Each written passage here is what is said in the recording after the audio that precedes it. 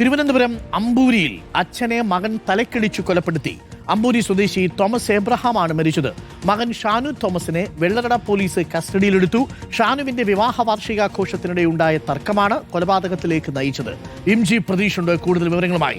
Pratheesh, very good morning Pratheesh. രാവിലെ തന്നെ ഒരു ദുഃഖകരമായ വാർത്തയാണ് പ്രേക്ഷകരിലേക്ക് നമ്മൾ എത്തിക്കുന്നത്. ഇങ്ങനെ വാർത്തകൾ കേൾക്കുന്ന സമയത്ത് നമ്മൾ വല്ലാതെ അസ്വസ്ഥരാവുകയും ചെയ്യുന്നു. എന്താണ് അന്ന് സംഭവിച്ചത്? എപ്പോഴാണ് ഈ സംഭവം പ്രതീഷ്?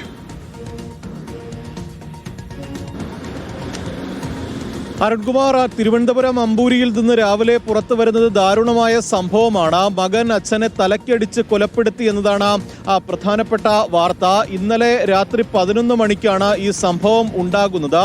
ഈ അമ്പൂരി സ്വദേശിയായ തോമസ് എബ്രഹാമാണ് കൊല്ലപ്പെട്ടത്. തോമസ് എബ്രഹാമിന്റെ മകൻ ഷാനു തോമസ് ആണ് ഈ കൊലപാതകത്തിന് പിന്നിൽ. ഇന്നലെ ഈ ഷാനു തോമസിന്റെ വിവാഹ വാർഷികമായിരുന്നു. രണ്ടാം വിവാഹ വാർഷികത്തോടനുബന്ധിച്ച ചില ആഘോഷങ്ങളൊക്കെ തന്നെ വീട്ടിൽ നടന്നു. ഈ സമയത്ത് ഷാനുവും ഭാര്യയും തമ്മിൽ ചില തർക്കങ്ങളുണ്ടായി. ഈ തർക്കത്തിൽ ആദ്യം ഷാനുവിന്റെ അമ്മാവൻ ഇടപെട്ടു. അങ്ങനെ അമ്മാവനെ ഷാനു കത്തികൊണ്ട് കുത്തുകയും വെട്ടിപ്പരിക്കേൽപ്പിക്കുകയും ചെയ്തു. ഇതിനിടയിലേക്ക് ഇത് പരിഹരിക്കാനായി ഓടിയെത്തിയതാണ് ഷാനുവിന്റെ അച്ഛൻ തോമസ് എബ്രഹാം. അപ്പോൾ അവിടെ ഉണ്ടായിരുന്ന ഒരു കസേരയെടുത്ത ഷാനു തോമസ് അച്ഛൻ തോമസ് എബ്രഹാമിനെ അടിക്കുകയായിരുന്നു. അടിയുടെ ആഘാതത്തിൽ താഴേക്ക് വീണു. തലയ്ക്ക് ഗുരുതരമായി പരിക്കേറ്റു. അടുത്തുള്ള സ്വകാര്യ ആശുപത്രിയിൽ എത്തിച്ചെങ്കിലും ജീവൻ രക്ഷിക്കാനായില്ല.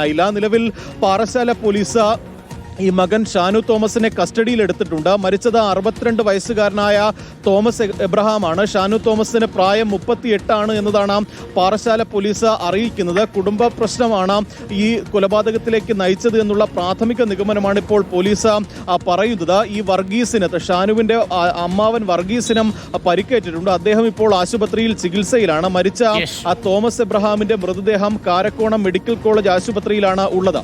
അരുൺകുമാർ, വല്ലാത്ത സങ്കടപ്പെടുത്തുന്ന വാർത്തയാണ്. മകൻ അച്ഛനെ തലക്കിടിച്ചു കൊലപ്പെടുത്തി എന്നുള്ളൊരു വാർത്തയാണ്. ഒരു കാലം ആലോചിച്ച് നോക്കൂ പ്രേക്ഷകരെ. ഈ കുട്ടിക്കാലത്ത് ഈ മകനും അച്ഛനും എത്രത്തോളം സ്നേഹത്തിലായിരിക്കും ഉണ്ടാവുക.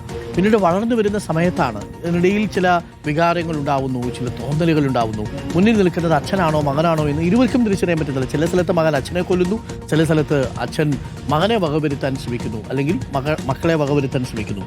ഇതൊരു കാലമാണ് എന്നാണ് അല്ലേ?